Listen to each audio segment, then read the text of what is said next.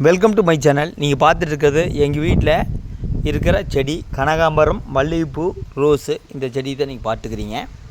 அதாவது செடி ரொம்ப உங்கள் வீட்டில் நீங்கள் வச்சிங்கன்னா அந்த வீடே அழகாயிருங்க. மல்லிகைப்பூ செடி தான் நீங்கள் பார்க்குறீங்க. அந்த மல்லிகைப்பூ இப்போ பிடுங்கியாச்சுங்க.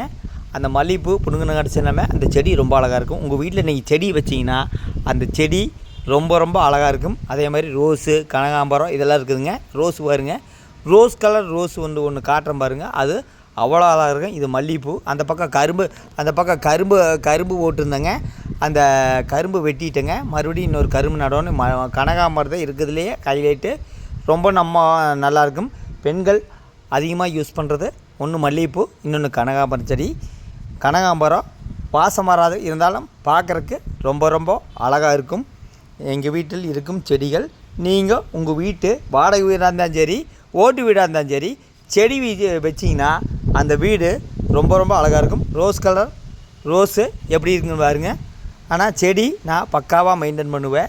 செடி நம்ம என்னென்னமோ பண்ணுறோம், ஆனால் செடி கொடிகள் வச்சு அதுக்கு ஒரு மெயின்டைன் பண்ணுறதுக்கு டைம் ஒதுக்கணும். ரொம்ப நல்லாயிருக்கும். ஓகே, இது செடிகள் கொடிகள் சம்மந்தமான வீடியோ.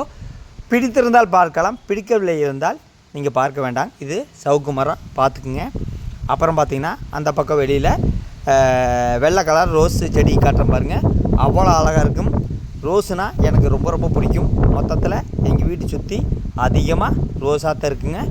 மொத்தத்தில் இது செடி சம்மந்தமான வீடியோ. நீங்கள் பிடிச்சிருந்தால் பார்க்கலாம். உங்கள் வீட்டில் மறக்காமல் ஏதோ ஒரு கார்டனில் செடி கொடி இருந்தால் வாங்கி வைங்க. ரொம்ப நல்லாயிருக்கும். என்ன செடி இருந்தாலும் வாங்கி வைங்க. ரொம்ப நல்லாயிருக்கும். ஓகே, அடுத்த வீடியோவில் சந்திக்கிறேன். நன்றி, வணக்கம்.